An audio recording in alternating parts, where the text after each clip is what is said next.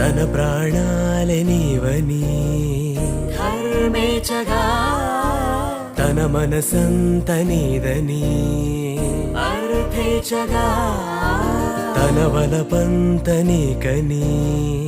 కామేచగా అవధులు లేని ప్రేమకై మోక్షేచగా